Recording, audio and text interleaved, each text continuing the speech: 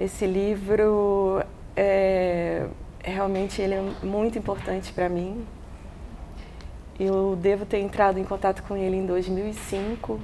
Tem um marco temporal, que foi um filme do Sérgio Machado chamado Cidade Baixa. Eu não sei se vocês viram esse filme, é um filme muito interessante com Wagner Moura, Lázaro Ramos e Alice Braga.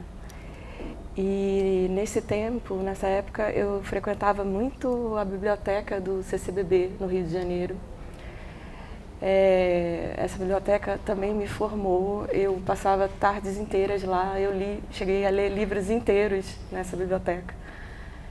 Era uma biblioteca como essa que você vem consultar, não podia levar os livros para casa. E eu devo ter visto todos os livros de fotografia que tinham nessa biblioteca, e um deles foi o Laroyer. E realmente, quando eu vi esse livro, foi um choque total. Eu nunca tinha visto um livro assim na minha vida.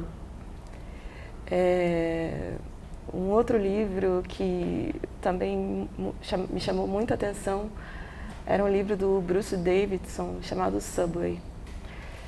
Não sei se tem esse livro aqui na biblioteca, tem. Esse livro também é um livro que formou meu olhar, junto com o Laroyer.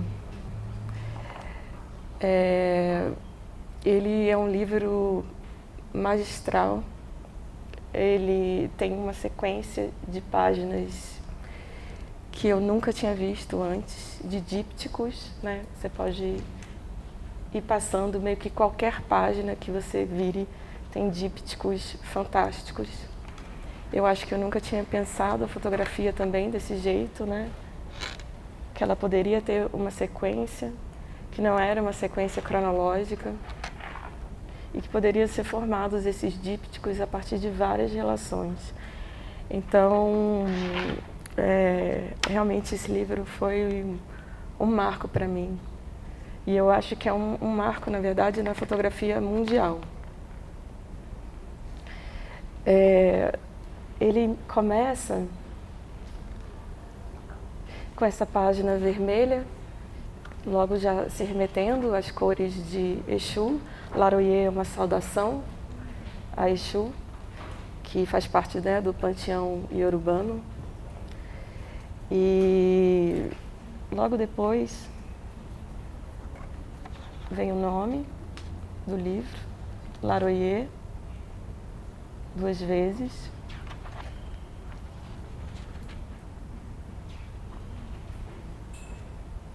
Ele dedica o livro ao Exu Marabô.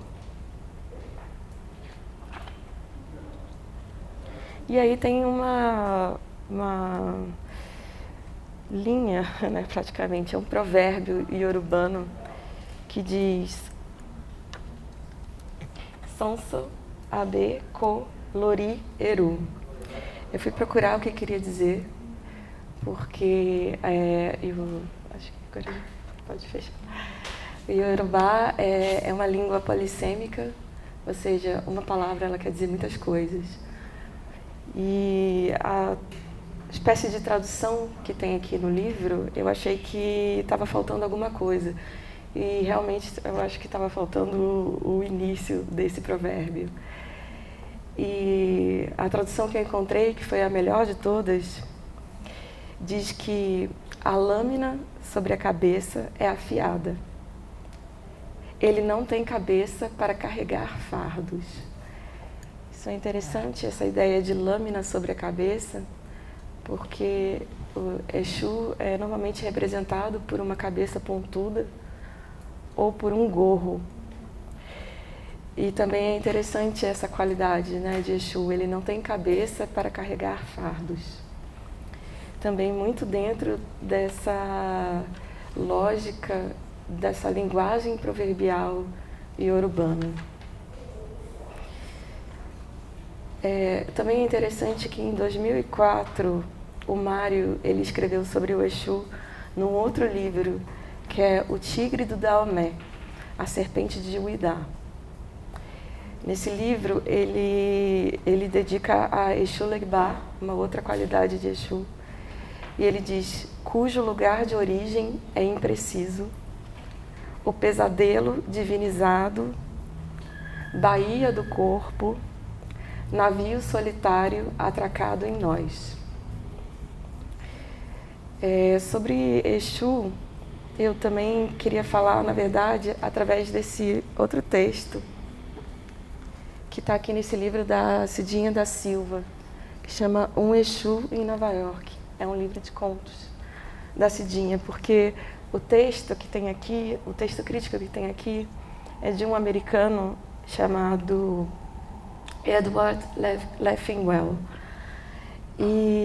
Mas eu acho que o Wanderson Flor do Nascimento, que fez o prefácio desse livro, ele é professor de filosofia da UNB. Eu acho que ele descreveu melhor Exu do que o que tem aqui nesse livro. Eu vou ler para vocês. Andarilho, mensageiro, comunicador, afeito à política, senhor das contradições e dos caminhos. Exu anda com as palavras, anda nas palavras, anda pelas palavras, anda às palavras. Por viver nas palavras, como vive nas ruas, nas encruzilhadas, nos caminhos, Exu as tem como ferramentas para fazer mundos, encontros, memórias. A memória não é só feita de imagens. Ela é erigida em palavras que se modificam e modificam quem as ouve, quem as lê, quem as escreve. Nesse aprendizado, a memória é fundamental. Não apenas por guardar as brincadeiras de Exu, mas por trazer a história que nos foi contada. E não é possível caminhar pela vida sem histórias. Elas são como os fios de conta de Exu, por ter todas as palavras consigo. Maneja a história de um modo que nos espanta. E ele nos alerta. É preciso estar atenta ao trazer às palavras as histórias que foram deixadas sobre nós e saber diferenciá-las das histórias que narramos sobre nós mesmos. Vou repetir essa última frase. E ele nos alerta. É preciso estar atenta ao trazer às palavras as histórias que foram deixadas sobre nós e saber diferenciá-las das histórias que narramos sobre nós mesmos. Esse livro ele foi publicado em 2000, tem 141 fotografias de homens, mulheres e crianças, todas elas negras. E as fotografias elas foram tiradas em Salvador entre 1977 e 1999. Foi com câmeras Leica em 35mm. E o Mário ele fazia questão de dizer que elas não sofreram nenhum corte. O livro ele tem a mesma proporção dos slides, 24 por 36 centímetros. Foram feitos 2.000 exemplares. Na dissertação de Carliane Macedo Nunes, da Universidade Federal da Bahia, ela foi assistente do Mário Cravo Neto. Em 2006, ela escreveu na dissertação: o livro Laroyer não se originou de uma ideia pré-fixada. O fotógrafo foi clicando as fotos ao longo de anos e só depois decidiu reuni-las, considerando a conexão entre elas e Exu. A partir daí, foi que surgiu a ideia do livro, e ele demorou 6 anos para ser decupado. Então, é um trabalho de fotografia de quase 3 décadas, que ele demorou 6 anos para fazer as conexões, para escolher as imagens e fazer de forma tão brilhante esse sequenciamento de páginas e esse díptico. Vou falar agora um pouco sobre a biografia do Mário Cravo Neto, para contextualizar de onde ele veio, de que família ele veio e o que tornou possível que ele fizesse um livro com esse fôlego. Bom, o Mário Cravo Neto nasceu em Salvador às 7h07 da manhã, em 1947. E ele morreu em Salvador também, em 2009, com 62 anos. Ele era filho do renomado artista plástico baiano, Mário Cravo Júnior, que morreu 1 ano depois do filho. Já o pai, né, do Mário Cravo Júnior se chamava Mário da Silva Cravo. Ele era fazendeiro, comerciante e também teve carreira política. Então, o Mário Cravo Neto, ele nasceu nessa família de posses e bastante influente em Salvador. Aos 17 anos, o pai, o Mário Cravo Júnior, recebeu uma bolsa da Fundação Ford. E daí, com 17 anos, o Mário foi junto com o pai dele, na verdade toda a família, foi morar 1 ano em Berlim. E daí começou a formação artística dele na Europa, com pintura e escultura. Em 1968, ele vai para Nova York com a namorada dinamarquesa, chamada Eva Christensen. Depois ele veio se casar com ela. Eles ficam mais ou menos 1 ano lá, e é interessante que nesse livro Butterflies and Zebras tem uma entrevista da Eva Christensen. E foi a primeira vez que eu vi alguém falar sobre esse tempo que ele passou em Nova York. É uma entrevista que o Christian Cravo, que é filho do Mário Cravo Neto, faz com a própria mãe. E tem detalhes sobre esse momento que eles passaram em Nova York. Parece que ele entrou numa espécie de depressão profunda e 1 ano depois eles voltaram para Salvador. E em 1971, ele com 24 anos só, ele participa já da Bienal de São Paulo. E inclusive é premiado com uma instalação.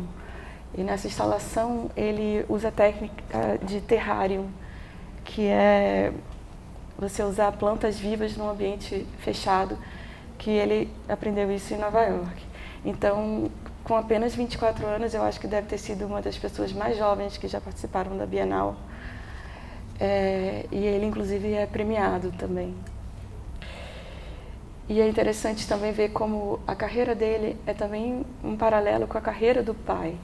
O pai dele também morou em Nova York e o pai dele também participou da Bienal, no caso, a primeira Bienal, em 1951. Em 1975, ele tem um acidente de carro muito grave, em que ele quebra as 2 pernas e ele fica de cama praticamente durante 1 ano. E durante esse tempo, ele começa a desenvolver um pouco mais o trabalho dele de estúdio, um trabalho de fotografia em estúdio, no qual ele vai ficar muito conhecido depois. Quando ele se recupera desse acidente, ele começa a fazer essas fotografias coloridas nas ruas de Salvador, e essa pesquisa que vai dar origem ao Laroyer. De 80 até 2000, ele lança 7 livros com essa temática baiana, pela sua própria editora. E o nome da editora é Ares. Alguém tem alguma ideia por que o nome da editora é Ares? Alguém louco por signo? Bom, o Mário, ele era ariano e ele tinha Lua, Mercúrio e Marte em Áries. Então, a editora se chamava Ares, eu imagino que por causa disso. O primeiro livro, ele dedica a Alina Bobardi, que tem um pequeno trecho, ela faz um pequeno comentário no livro, e ele chama o Mário de criança cabeçuda. Acho bem ariano. Esses textos que tem nesses livros, né, que tem essa temática baiana, são textos escritos pelo Pietro Bardi, pelo Gilberto Freire, Jorge Amado, o Caribé, e tem textos do próprio pai dele. E é interessante que a chave desses textos é sempre uma celebração à Bahia, uma celebração a Salvador.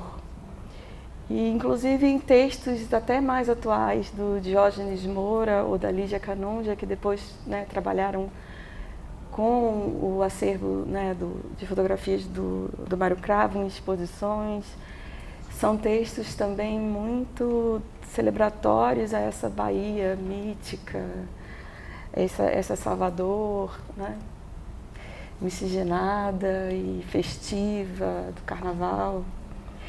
E eu achei interessante que nesse livro Bahia tem um texto do Jorge Amado. E é um dos poucos que sai um pouco dessa chave, pelo menos num parágrafo, eu vou ler para vocês. Primeiro ele começa também nessa chave, né? O homem é imaginoso e cordial, nessa terra de pimenta e brisa do mar, de marisco e água de coco.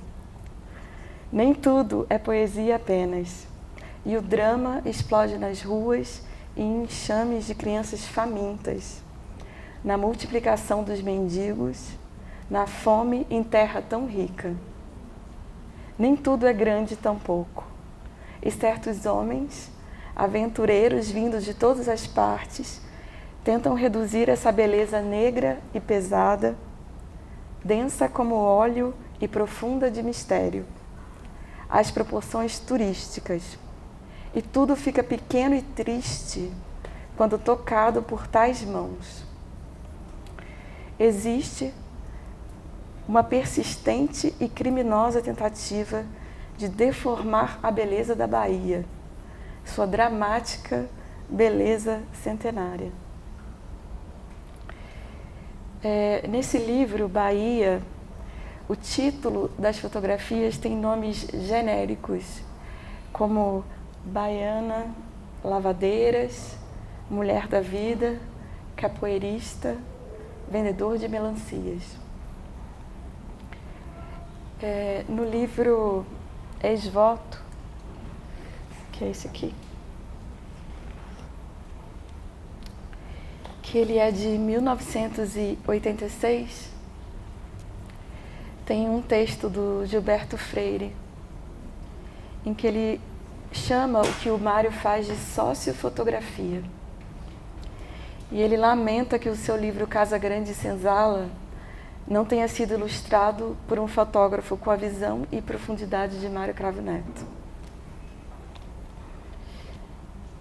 Bom, no livro Salvador, que é esse livro é de 99, ele também está bem nessa chave dessa Salvador colorida e festiva. E na dedicatória do livro, o Mário Cravo Neto agradece ao político Antônio Carlos Magalhães. Na metade do livro tem uma série de retratos. Tem retrato do Gil, do Carlinhos Brown, várias personalidades. E daí tem uma foto do próprio ACM, do próprio Antônio Carlos Magalhães. Então é interessante a gente notar as alianças que são feitas.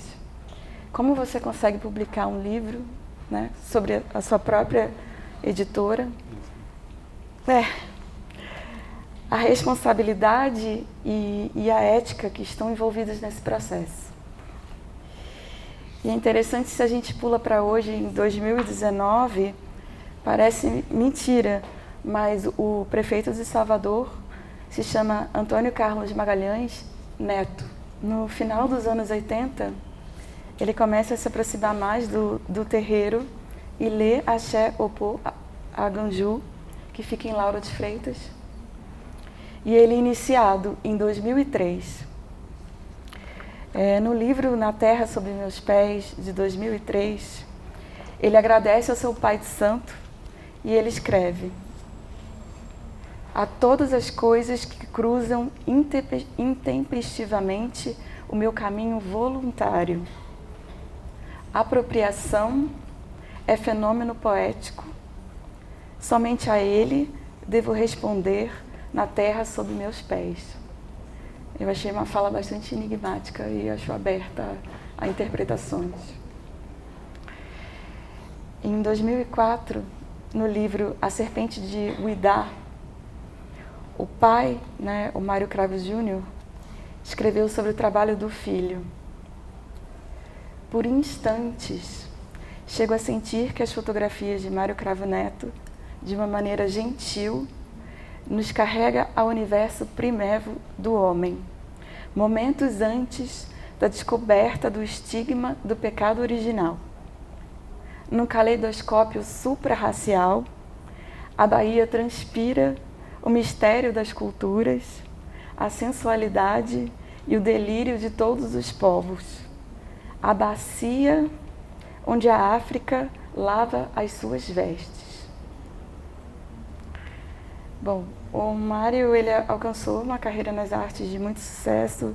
Ele, em vida, teve exposições em todo o mundo e o seu trabalho está em coleções públicas e privadas, né, no mundo inteiro.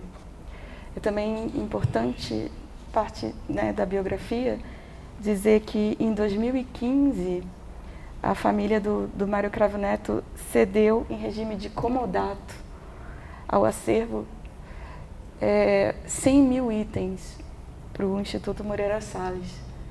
Então se vê uma preocupação para a preservação desse acervo num país onde acervos, por exemplo, do Hélio de Sica, né, sofreram um incêndio, Museu Nacional. Então, ter essa preocupação da família com o legado, né, que o Mário Cravo Neto deixou é uma coisa importante. Isso já em 2015. Bom, eu acho que, na minha opinião, tem dois tipos, né, dois conjuntos de fotografias do Mário. Um conjunto é esse conjunto, né, do Laroyer, essas fotografias de rua. E um outro conjunto também muito importante são as fotografias de estúdio. Fotografias de estúdio são modelos que posam para ele, né? E muitas vezes esses modelos são todas pessoas negras, não aparecem os olhos. Esses olhos normalmente eles estão tapados por algum objeto ou por algum bicho. E na maioria dos casos a gente não sabe o nome dessas pessoas. Mas no caso dessas fotografias de estúdio, que são pessoas da própria família dele, ele coloca os nomes. Tem, por exemplo, Christian com objeto estranho, Ângela e Lucas, e outros, Thomas. E as fotografias das pessoas negras, além de não ter o nome dos fotografados, tem nomes como África 1, África 2, Máscara, O Deus da Cabeça, Homem com 2 peixes. Então, acho que dentro desse contexto, também tem interessante uma observação do próprio Mário, que ele diz que toda fotografia é um autorretrato.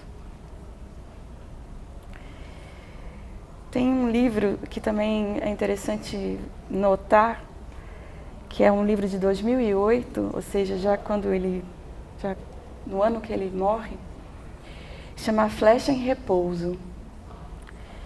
E nesse livro as pessoas que aparecem são todas negras. Também teve uma exposição na Pinacoteca. Nesse conjunto de fotografias, que certamente é uma escolha muito consciente,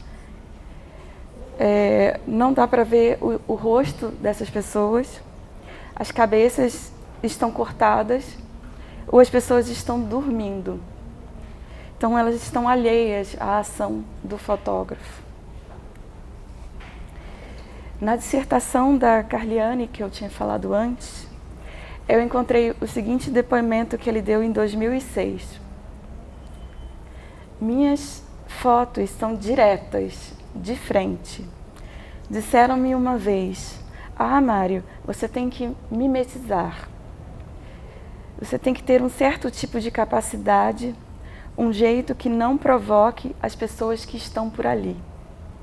E elas estejam com você e você com elas. Então, eu sou capaz de chegar no carnaval com a minha máquina. Nunca tive problema nenhum durante 20 anos. Curtindo, tomando cerveja, encontro um grupo e bato uma foto. E os caras posam numa boa, ou então não posam, olhando assim. Você tem que estar dentro do negócio.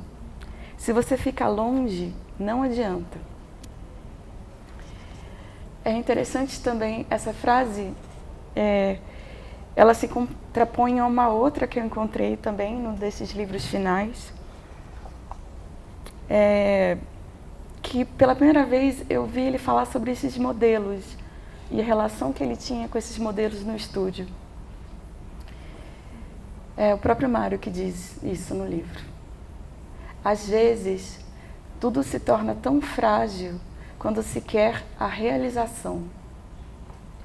Uma ideia que talvez nunca venha a ser realizada alimenta o artista através dos anos ou por toda uma vida. Desconheço o quanto estou perto das pessoas que fotografo para falar sobre elas. Tentei pensar o que esperam de mim quando posam e resolvi tomar um café.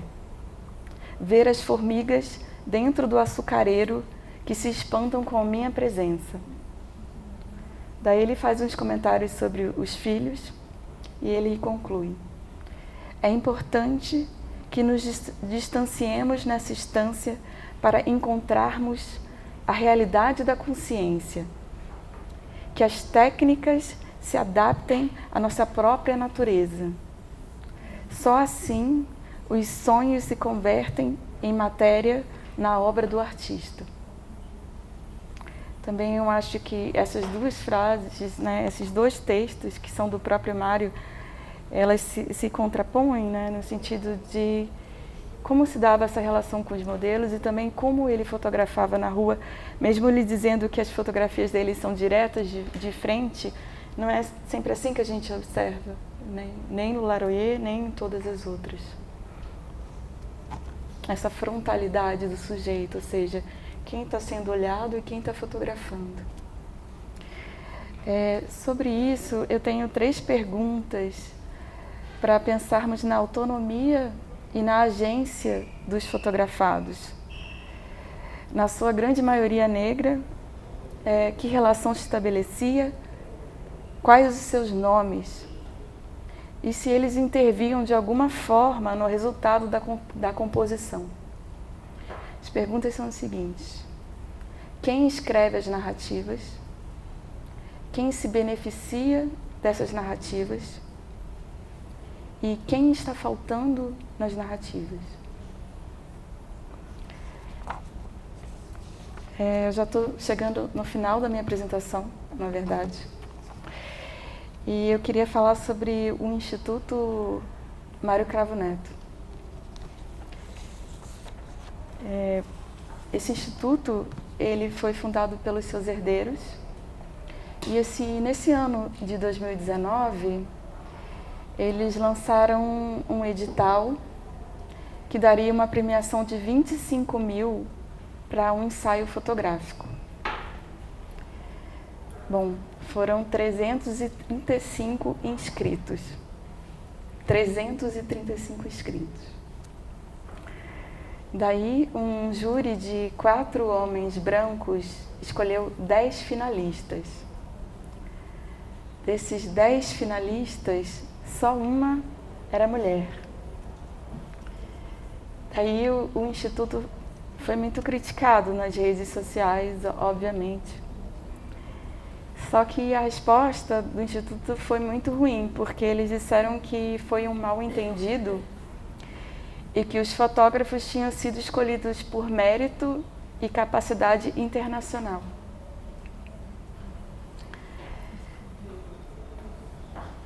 Eu fui checar para ver se ainda estava isso no Instagram do Instituto, e ainda está lá. E depois, no resultado final, eu acho que ainda piorou mais, porque quando foram escolher o vencedor, quem ganharia os 25 mil, eles decidiram dividir o prêmio entre a única mulher finalista e um homem. E daí ficou evidente de que essa única mulher ela não tinha capacidade para ganhar o prêmio sozinha. Então, premiações são gestos políticos. Eu mesmo já recebi algumas premiações e eu sei como a minha presença, de alguma forma, nesses prêmios, ela é tokenizada.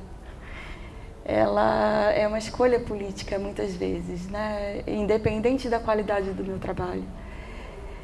Então, você justificar a escolha de finalistas de fotografia em 2019 por mérito e capacidade internacional, eu acho que não cabe mais.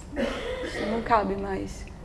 Um instituto que se chama Mário Cravo Neto, que passou a vida inteira, né, fotografando pessoas negras, uma pessoa de Salvador, a gente continuar com esse tipo de justificativa para quem a gente vai financiar projetos. E eu queria usar essa oportunidade para fazer uma homenagem à Valda Nogueira. A Valda, infelizmente, morreu tragicamente esse ano, com 34 anos só. Ela foi uma fotógrafa que foi formada pela Escola de Fotógrafos Populares da Maré. Ela é carioca. E ela morreu atropelada quando andava de bicicleta na Tijuca. A Valda tinha um trabalho excepcional. E também um trabalho em preto e branco que era muito forte. Com certeza ela deve ter visto muitas vezes essa fotografia de estúdio do Mário Cravo Neto. E eu achei interessante que ela deixou essa mensagem no Instagram do Instituto na ocasião da divulgação dos finalistas. Então, eu queria terminar essa minha fala com essa mensagem que a Valda deixou. Representatividade é também sobre os relacionamentos que a gente estabelece, tanto na esfera pessoal quanto profissional.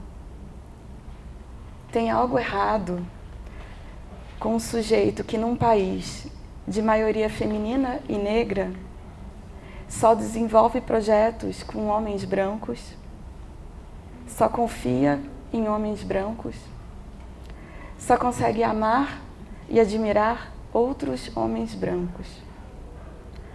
Não fazem o mínimo para se conectar com outras realidades e outras redes. Quem perde são vocês. Acordem. Acordem logo, porque uma hora pode ser tarde demais. Era isso que eu tinha para dizer hoje. Obrigada.